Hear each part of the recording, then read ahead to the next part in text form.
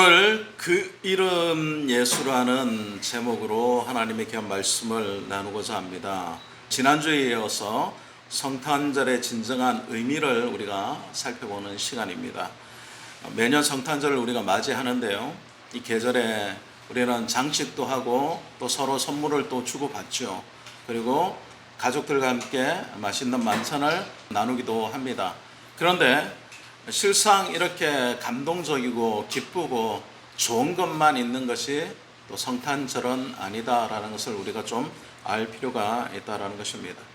성탄은 그 인류의 역사 가운데 면면이 이렇게 함께 해왔지만은 이 의미 있는 시간을 의미 있게 생각하고 보내시는 분들은 그렇게 많지 않은 것 같습니다.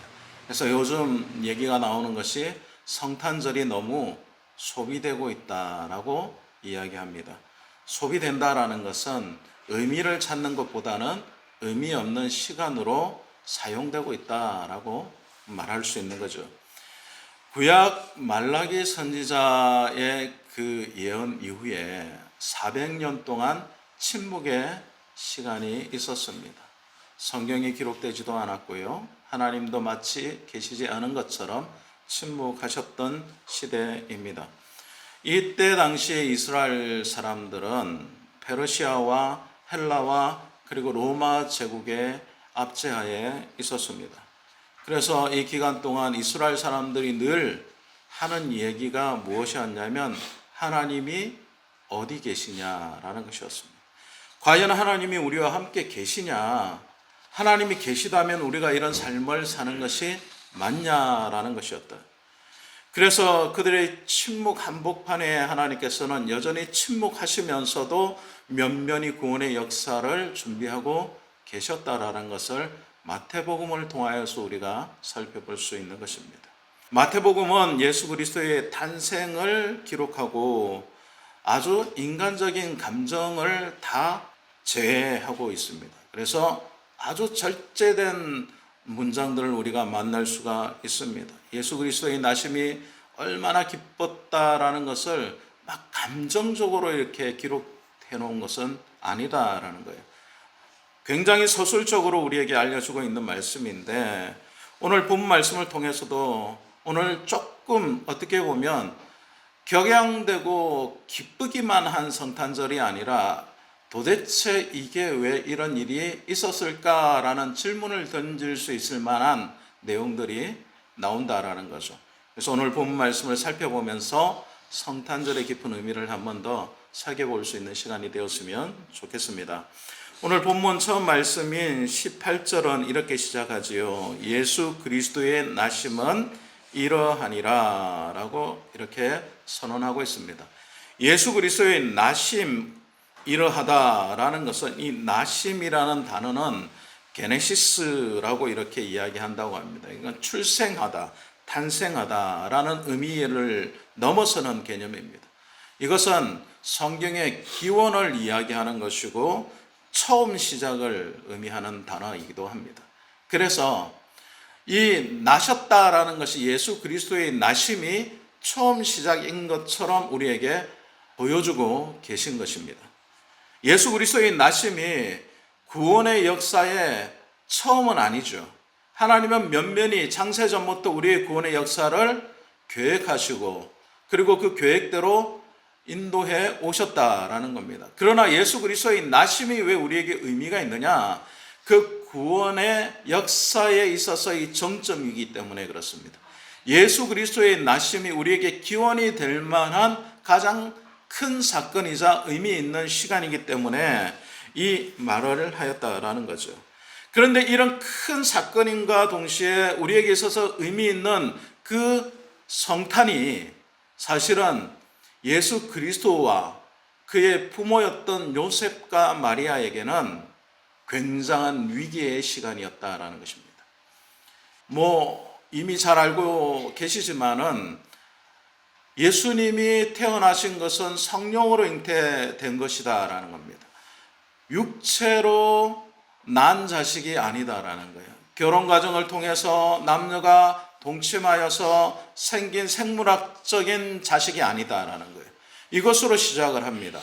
그리고 그때 당시에 요셉과 마리아의 상태도 온전한 결혼을 한 상태가 아니다라는 거예요. 그리고 이것이 그들에게 있어서 얼마나 위기 상황인지를 우리가 오늘 성경 말씀을 통하여서 살펴볼 필요가 있습니다. 그냥 너무 감정 없이 이렇게 기록된 것 같은 이 오늘 성경 구절의 말씀을 좀 감정을 더 넣자면 요셉의 심정은 두렵고 떨리는 상황이었고 마리아는 죽음을 직전에 둔 상황이었다. 그래서 이것이 결코 그들에게 있어서 기쁜 어떤 소식이 아니라 정말로 큰 위기요, 그들에게 있어서 생사를 가를 수 있는 그런 소식이었다라는 것을 오늘 예수 그리스도의 나심이 우리에게 알려주고 있습니다. 그렇다면 그 내용이 뭔지 한번 살펴보겠습니다.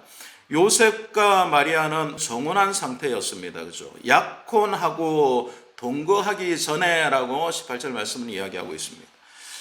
당시의 유대 관습은 약혼을 하면 결혼 전 단계였지만은 이미 법적으로는 부부가 되었다라고 하는 효력을 가졌습니다. 그래서 만약에 약혼한 상태에서 남편이 죽으면요, 여인은 홀로 살아야 해요.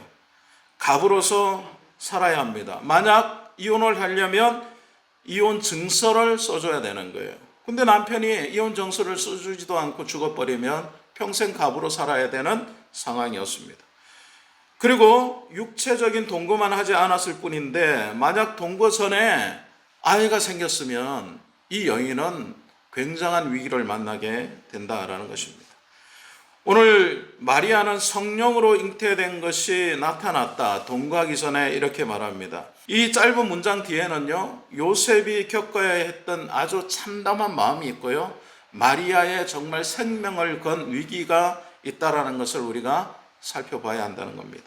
신명기 22장 23절에서 24절 말씀에 따르면 약혼한 처녀가 다른 남자와 관계를 하여서 만약에 임신을 하게 되면 율법으로는 돌로 쳐서 죽임을 당해야 합니다. 약혼을 했는데 다른 남자하고 관계를 해서 그 여인이 아이를 가졌어요. 그럼 이 여인은 죽는 거예요. 그런데 오늘 성경 말씀을 보면 동거하기 전에 마리아가 잉태하였다, 아기를 가졌다라는 거예요. 그렇다면 마리아 입장에서는 율법으로 따지면 어떤 상황입니까? 지금 돌로 쳐 죽임을 받아야 되는 상황이다라는 겁니다. 그리고 요셉의 상황을 한번 살펴봅시다. 나랑 결혼하기로 약속한 여인이 임신을 했다라는 거예요. 나하고 동거하지도 않았는데 어떻게 이런 일이 생겼냐라는 거죠. 그렇다면 여러분 어떤 마음이 들겠습니까? 굉장한 배신감이 들지 않겠습니까? 그리고 그 여인을 정말 사랑할 수 있을까요? 정말 많은 오해들이 생각나지 않겠습니까? 그런 상황 속에서 지금 마리아가 예수님을 잉태했다, 그것도 성령으로 잉태했다라고 성경은 담담하게 기록하고 있다는 것입니다. 그래서 이렇게 기록하고 있으니 사실은 그 안에 내면적으로 얼마나 큰 위기와 불안과 불신이 있는지를 우리가 잘 살펴보지 못하고 넘어갈 때가 많습니다. 요셉 입장에서 보면은 마리아는 배신의 아이콘이 될 수 있습니다. 마리아 입장에서 보면 자기는 아무런 일도 하지 않았는데 남자와 동거하거나 동침한 적이 없는데 갑자기 아이가 생겼으니 이 무슨 황당한 일입니까? 그리고 사실은 이 일은 당시의 사회 관습상 자신의 생명을 내어놓아야 되는 위기다라는 겁니다. 이것을 쉽게 받아들일 수 있겠느냐라는 겁니다. 이 두 사람 다 지금 상황이 너무나도 큰 위기 가운데 봉착하고 있다는 것을 우리가 이해해야 합니다. 그런데 생각해 보십시오. 2000년 전에 우리가 그 상황에 있었다. 그리고 우리는 성경의 내용을 조금 알고 이해하고 있기 때문에 요셉과 마리아의 앞에 가서 기쁘다 구주 오셨네를 부르게 되면 요셉과 마리아는 같이 기뻐할 수 있을까요? 그러지 못했을 것 같아요. 그런데 오늘 놀라운 일들이 일어나고 있습니다. 마태는 이 잉태가 성령으로 된 것임을 분명히 합니다. 성령으로 되었다라는 것은 인간의 혈통으로가 아닌 전적인 하나님께 그 은혜가 있음을 강조하고 있는 것입니다. 왜 굳이 그러면 이렇게 복잡하고 그리고 위험한 방식을 하나님께서는 사용하고 계시는 겁니까? 왜 동정녀 탄생이어야 합니까?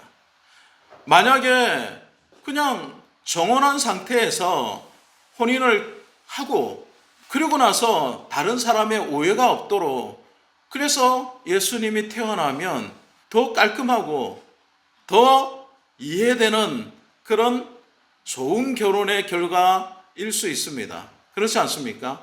근데 성경은 이 두 사람을 위로 몰아넣고 한 사람에게는 불안감과 배신감을 심어주고 한 사람에게는 생명의 위협을 느낄 수 있는 상황을 왜 만드셨냐라는 거예요. 근데 따지고 보면 만약에 육체를 입고 예수님이 태어나셨을 때에 만약에 성령의 잉태가 아니라 요셉을 통하여서 잉태가 됐다라고 하면 그 예수님께서는 구원자가 아니라 구원이 필요한 또 한 명의 죄인으로 태어날 수밖에 없다라는 것입니다. 아담 이후로 모든 인류가 죄악 가운데 놓여 있습니다. 그래서 그 혈통을 따라서 죄가 어떻게 됩니까? 유전이 됩니다. 태어나자마자 어떤 사람으로 태어나는 겁니까? 죄인으로 태어나는 겁니다. 그래서 자기의 죄를 가지고 그것을 이제 원죄라고 하죠. 죄를 짓기 이전에 내가 죄를 가지고 태어나는 겁니다. 아담 이후로 모든 사람들이 죄 아래 있습니다. 그렇기 때문에 사람이 육체적인 관계를 통하여서 태어난다면 죄인으로 태어나기 때문에 구원자가 될 수 없다라는 겁니다. 그래서 성령으로 잉태되게 된 것입니다. 그리고 아담의 타락한 혈통을 통하여서 태어나지 않고 제2의 새로운 아담으로서의 구원자로서의 예수 그리스도가 필요했기 때문에 이것은 사실 구원사적인 굉장한 큰 역사 중에 한 부분이다라고 우리가 이해할 수 있어야 한다는 겁니다. 이 위기 속에서 우리는 요셉과 마리아의 반응을 좀 살펴볼 필요가 있습니다. 요셉은 오늘 성경이 기록하기를 의로운 사람이다 라고 19절 말씀을 기록하고 있죠. 여기서 의롭다라는 것은 의인이다, 깨끗하다라는 이 차원도 있겠지만은 율법적으로 어떤 사람이다라는 겁니까? 율법적으로 올바르게 살아간 사람이다라는 것입니다. 그리고 또 더 큰 의미는 여기 요셉의 성품을 통해서 알 수 있는데 그가 이 소식을 들었을 때에 드러내지 않고 가만히 끊고자 했다라고 성경은 기록합니다. 자, 왜 요셉은 자신의 정혼자인 마리아가 성령으로 잉태되었다는 소식을 들었을 때에 가만히 끊고자 했을까요? 만약 내가 마리아가 잉태된 것이 내 씨가 아니다라고 말하게 되면 마리아는 어떻게 되는 겁니까? 죽음 앞에 놓이게 되는 겁니다. 그리고 그때 당시에 율법으로 그 마리아는 반드시 죽게 되어 있는 상황이 됩니다. 그래서 요셉이 말하지 않고 조용히 끊으려고 한 겁니다. 드러내지 않았다라는 것은 이 사람이 율법의 온전한 정신이었던 긍휼과 자비가 있었다라는 것을 보여주는 거죠. 정말 율법을 잘 지켰던 사람이다라는 의미도 있었겠지만은 그 안에 뭐가 있었다는 겁니까? 긍휼과 자비가 들어있었다라는 겁니다. 그런 요셉에게 천사가 나타나서 20절 말씀에 보면 이렇게 부릅니다. 다윗의 자손 요셉아라고 이렇게 부릅니다. 자, 왜 천사가 나타나서 그냥 요셉아라고 이렇게 부르면 될 텐데 다윗의 자손 요셉아라고 불렀을까요? 이것은 의미 있는 부름이죠. 이것은 요셉이 지금 어떤 위치에 있다라는 것을 알려주는 말입니다. 요셉이 예수 그리스도의 구원사 쪽에서 다윗의 언약 아래 있는 사람이다라는 것을 보여주는 겁니다. 다윗의 언약은 무엇입니까? 대대로 다윗의 자손을 통하여서 메시아, 이 땅을 다스리는 왕이 지속될 것이다, 태어날 것이다 라는 언약 아닙니까? 그것이 다윗 언약인데 대대로 다윗의 위가 서리라 라고 하나님께서 약속하셨던 그 언약이 누구를 통하여서, 다윗의 자손인 요셉을 통하여서 그대로 이루어진다라는 것을 요셉에게 다시 상기시키고 있다라는 겁니다. 요셉, 너는 지금 그냥 사람이 아니라 다윗의 자손으로서의 마리아의 남편이야 라고 지금 부르고 있는 것입니다. 그래서 사무엘하 7장 16절 말씀해 보면 내 집과 내 나라가 내 앞에서 영원히 보존되고 내 왕위가 영영이 견고하게 하리라 하셨다 하니라 라는 말씀이 있습니다. 이것이 다윗의 언약이에요. 다윗에게 하나님이 나타나셔서 내가 내 위를 영원히 보존되고 내 왕위가 견고할 것이다 라고 약속하셨던 그 약속이 지금도 지속되고 있다는 것을 요셉에게 다시 상기시켜 준 것입니다. 그래서 하나님은 요셉을 통하여서 이 잉태가 단순한 잉태가 아니라 하나님의 계획하심 가운데서 너를 통하여서 이루고자 하는 하나님의 계획이 있다는 것을 이 호칭을 통하여서 상기시켜 준 것입니다. 그렇다면 마리아를 통해서는 또 무엇을 알려주고 있는 것입니까? 마리아를 통해서 예수님의 인성이 그의 혈통을 통하여서 이어질 것이라는 것을 알려주고 있습니다. 마리아를 통하여서는 예수 그리스도의 인성이, 요셉을 통하여서는 다윗의 왕권이, 다윗의 계보가 계속 이어질 것이다 라는 것을 성경은 천사를 통하여서 그들에게 통보하고 있다는 것입니다. 그런데 이 성육신의 이 놀라운 하나님의 계획이 이 소식을 들었던 요셉과 마리아에게 정말로 효력이 있었을까요? 내가 무슨 의미가 있습니까? 왜 하필이면 납니까? 라고 거절할 수 있는 거 아닙니까? 또는 원망할 수 있는 것 아닙니까? 그런데 그렇지 않았다라는 것을 우리는 그 뒤에 내용들을 봐서 알 수 있습니다. 예수 그리스도께서 오게 되신 것은 하나님의 구원사적인 계획 가운데서 이루신 놀라운 일이지만 그 구원사 가운데서 두 사람을 또 사용하고 계신 것을 볼 수가 있습니다. 성육신이라는 것은 오늘 예수 그리스도께서 이 땅에 오셨다라는 말로 대변될 수 있는 아주 놀라운 역사지만 그 역사의 단면에 하나님께서는 미약한 사람의 성전과 몸을 사용하셨다라는 것입니다. 예수님 이름이 거기에 놀라운 역사가 있습니다. 오늘 다윗의 자손 요셉아라고 이렇게 불렀던 천사가 뭐라고 이름을 지으라고 말합니까? 그 이름을 예수라 하라라고 이렇게 말합니다. 아들을 낳으리니 이름을 예수라 하라. 이는 그가 자기 백성을 그들의 죄에서 구원할 자이심이라. 21절 말씀에 이렇게 말씀하고 있습니다. 예수는 히브리어로 여호수아입니다.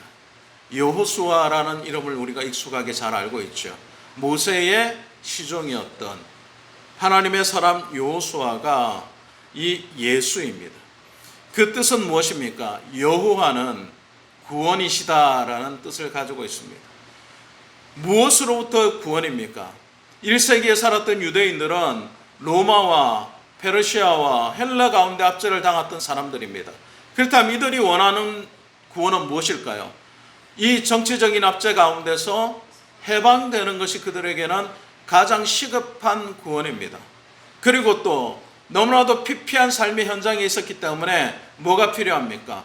이 경제적인 문제를 해결할 수 있는 해결사가 그들에게는 구원자였다라는 것입니다. 정치적인 메시아요, 경제적인 해결사가 사실은 그들에게 필요했던 겁니다. 질병의 문제, 재정의 문제, 관계의 문제를 해결해 줄 수 있는 그런 사람을 그들은 찾고 있었습니다. 그런데 성경은 예수님을 여호와는 구원이시다라고 이름을 지어라 말씀하시고 이 구원의 문제를 정치적으로 경제적으로 해결하고 계신 것이 아니다라는 겁니다. 예수님이 이 땅에 오신 1차적인 목표는 환경의 개선이 아니라 죄의 문제를 해결하는 것이었습니다. 죄는 하나님과 우리 사이를 갈라놓은 근원적인 장벽입니다. 가난이 해결되고 건강해져도 재 문제가 해결되지 않으면 인간은 하나님의 영원한 진노 아래 놓일 수밖에 없다는 것입니다. 그래서 사랑하는 여러분, 여러분들이 무엇을 1차적으로 우선순위에 둬야 되느냐? 나의 죄 문제를 해결하는 것이 1차적인 문제가 되어야 한다는 거예요. 하나님 앞에 섰을 때에, 하나님 내가 기도할 때에 하나님 나의 죄 문제를 해결하여 주세요. 아직까지 내가 구원의 확신이 없습니다. 내 마음속에 하나님을 신뢰하고 하나님을 하나님으로 믿는 믿음이 없습니다 라고 고백하고 솔직하게 기도할 수 있어야 된다는 거예요.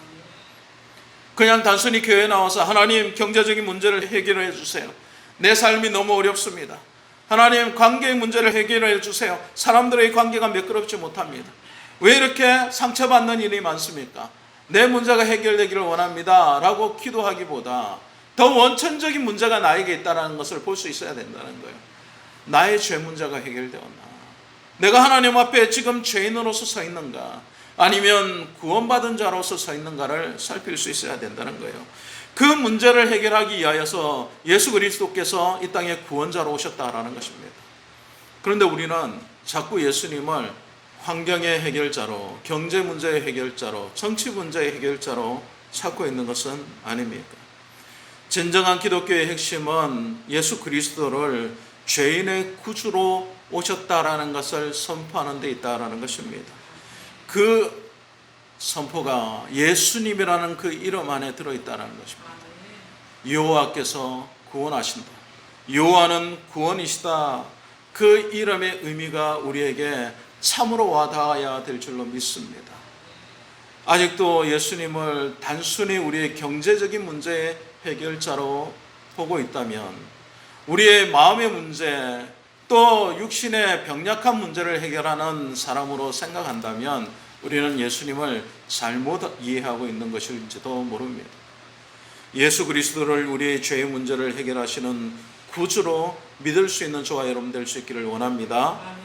오늘 마지막으로 22절과 23절 말씀에 보면 이 사건이 구약의 예언의 성취임을 우리에게 가르쳐 주는데요. 그리고 이 구약의 예언의 성취에 따라 성도가 마땅히 어떻게 행해야 될 것인지를 또 우리에게 가르쳐 줍니다. 이사야 7장 14절 말씀에 보면 이 탄생이 그냥 우연히 태어난 것이 아닙니다. 우리가 읽었던 말씀 중에서도 있었지만, 보라, 처녀가 잉태하여 아들을 낳을 것이요 그 이름은 임마누엘이라 하리라. 임마누엘은 하나님이 저 멀리 계시는 초월적인 존재로 머물러 계신 것이 아니라 우리의 삶에 비참함과 고통 가운데로 들어와 내재하고 계신다라는 것을 알려주는 말씀입니다. 임마누엘은 무슨 의미입니까? 하나님이 우리와 함께 계신다라는 겁니다. 함께. 여러분, 누군가 우리를 도울 힘이 있는 사람이 우리와 함께 한다는 것이 얼마나 든든합니까? 내가 어려움을 겪고 있을 때 나의 문제를 해결해 줄 수 있는 사람이 있다는 게 우리에게 얼마나 위안을 줍니까? 사람마저도 그렇게 위안과 도움이 되고 위로가 되는데 하나님이 함께 계시다는 것이 나에게 얼마나 든든한지를 우리가 믿을 수 있어야 된다는 거예요. 근데 나를 도와줄 수 있는 사람에게는 마음을 주고 그리고 위안을 받고 그에게 있어서 큰 위로를 얻지만은 하나님이 나와 함께 계시다라는 사실에는 그렇게 큰 위안을 삼지 못하고 있는 것이 우리의 현실 아닌가? 하나님이 우리와 함께 계시다면 두려워할 것이 없는데, 내 문제가 아직 해결받지 못했다, 나의 어려움이 아직 해결되지 않았다, 내가 내 삶의 어려운 가운데 있다 하여서 그 문제를 포기만 하고 하나님을 보고 있지는 못하고 있지 않은가? 우리 삶을 다시 돌아볼 수 있기를 원합니다. 하나님이 우리와 함께 계시다라고 선포하며 예수님께서 이 땅에 오셨습니다. 우리의 고통의 한복판에 오셔서 우리를 이해하시고 우리를 인격적으로 만나주시고 우리의 삶 가운데서 우리에게 위로자가 되시고 우리의 중보자가 되신다는 것을 성경은 우리에게 분명히 선언하고 말씀하고 있다는 것입니다. 그렇다면 더 이상 뭐가 필요하신지요? 여러분의 삶에 있어서 어떤 위로자가, 어떤 도움자가 더 필요합니까? 하나님 한 분만으로 만족할 수 있는 저와 여러분 될 수 있기를 원합니다. 왜 하나님 한 분만으로 만족하지 못하고 또 다른 도움자를 요청하고 계십니까? 하나님께서 우리와 함께 하시다는 이 임마누엘이 우리에게 큰 믿음의 소망으로 자리 잡기를 원합니다. 이 엄청난 계시 앞에 요셉의 반응은 참으로 놀랍습니다. 그런 잠에서 깨어 일어나 주의 사자의 분부대로 행하여 라고 24절 말씀은 이야기하고 있습니다. 그리고 아내를 데려옵니다. 조용히 끊고자 하였던 그 마음이 바뀌었다라는 거예요. 그리고 그는 지체하지 않았습니다. 일어나서 즉시 움직였어요. 그리고 마리아를 데려온다는 것은 그녀가 잉태한 아이에 대한 사회적인 오해와 수치를 어떻게 하겠다는 겁니까? 자기가 다 덮어 쓰겠다라는 겁니다. 이 아이는 내 아이요. 아직 결혼하지 않았지만 내가 이 아이가 내 아이라는 걸 증명합니다 라고 말해야만 누가 살 수 있습니까? 마리아가 살 수 있는 거예요. 그렇기 때문에 요셉은 그 뒤에서 수군거리는 사람들의 hir난과 그리고 사회적인 수모와 수치를 누가 대신 받겠다라는 겁니까? 마리아 대신 내가 받겠다는 결단을 하고 지금 움직이는 겁니다. 그리고 그는 또 놀라운 일을 한 가지 보였습니다. 아내를 데려왔지만 그가 아이를 낳기까지 동침하지 않았다라고 성경은 기록하고 있습니다. 여기서 요셉의 절제를 볼 수 있습니다. 그는 성령으로 잉태되었고 천사가 나타나서 너에게 잉태된 자가 그냥 이 땅에 오시는 이가 아니라 바로 하나님이시다라는 말씀으로 그 마음의 확증을 가지고 그의 희생을 지금 감수하고 있는 것입니다. 크리스마스의 시작은 무엇입니까? 기쁘고 즐겁고 좋기만 한 것이 아니라 요셉과 같은 희생과 절제와 하나님의 약속을 믿는 믿음, 마리아와 같이 자기의 죽음 앞에서의 결단, 그리고 하나님 앞에서의 그 놀라운 믿음을 우리에게 필요로 하는 날이다라는 것입니다. 크리스마스가 단순히 우리가 기쁘기만 하고 우리가 즐겁기만 하고 단순히 모여서 식사하면서 하하호호 하면서 보낼 수 있는 날만은 아니다라는 겁니다. 이 깊은 날에 시작되는 그 기원은 절제와 희생과 아픔과 불신과 그 고통 가운데서 죽음의 위기 가운데서 시작되었다라는 것입니다. 그것이 우리에게 크리스마스로 기억되어야 할 줄로 믿습니다. 사랑하는 여러분, 예수라는 이름으로 말미암아 우리가 구원을 얻었습니다.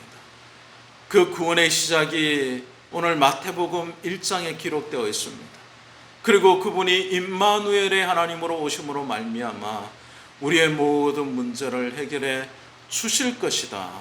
무엇보다 죄의 문제를 해결해 주셔서 하나님의 백성으로 삼아 주신 것이라는 그 언약의 약속을 우리가 지금도 붙들어야 될 줄로 믿습니다. 마태복음 1장은 우리에게 크리스마스의 본질을 다시 되찾으라고 말씀하고 있습니다. 성탄은 자기의 백성을 죄에서 구원할 자이신 예수님이 나의 왕이심을 고백하는 날입니다. 단순히 멀리 계시는 하나님, 단순히 그냥 캐롤송 속에서 소모되고 있는 그런 분이 아니라 나의 왕으로 모실 수 있는 분이라는 것을 믿음으로 고백할 수 있는 날이 되어야 될 줄로 믿습니다. 예수님은 나의 문제를 해결해 주시지만 경제적인 문제, 환경의 문제뿐만 아니라 더 큰 죄의 문제를 해결해 주셨던 분입니다. 그 유일하신 구주를 나의 믿음 안에 고백으로 받아들이셨다면 더 이상 여러분의 삶의 문제를 고민하지 마시고 그분께 맡길 수 있는 결단이 있기를 원합니다. 우리에게 주신 하나님의 명령은 동일합니다. 그 이름을 예수라 하라. 이 말씀은 요셉에게만 주신 말씀이 아니라 오늘 제사함이 필요한 모든 인류에게 주신 하나님의 명령인 줄로 믿습니다. 그리고 이 놀라운 복음의 초청에 우리는 응답할 수 있어야 할 것입니다. 그 이름 앞에 여러분이 구원을 얻을 수 있었습니다. 그리고 그 구원 때문에 우리가 이 땅을 살아가는 의미가 다시 생기게 된 것입니다. 성탄절은 바로 그런 날입니다. 크리스마스라고 우리가 기뻐할 수 있겠지만 아무 의미 없이 소모되는 날이 아니라 희생과 절제와 두려움 앞에서 자기 자신을 내려놓고 믿음으로 행하였던 사람들이 있었고, 그리고 그 사람들을 통하여서 하나님의 구원의 역사가 지속되고 있고 지금도 계속되고 있다라는 사실을 믿는 사람이 하나님의 백성으로 살아가기를 결단하는 날이다라는 것입니다. 크리스마스를 맞이하는 사랑하는 여러분, 여러분들은 이 크리스마스를 어떻게 보내시기를 원하고 계십니까? 단순히 소모되는 날이 아니라 예수 그리스도를 나의 마음속에 구주로 믿고 그 구주 되심을 나의 삶의 모든 문제를 해결하시는 분일 뿐만 아니라 하나님 앞에 설 수 있는 귀한 은혜를 주신 분으로 다시 한 번 더 믿고 다짐하며 살리라 결단할 수 있는 저와 여러분 될 수 있기를 원합니다. 이 크리스마스가 그런 크리스마스가 되기를 주님의 이름으로 축원드립니다.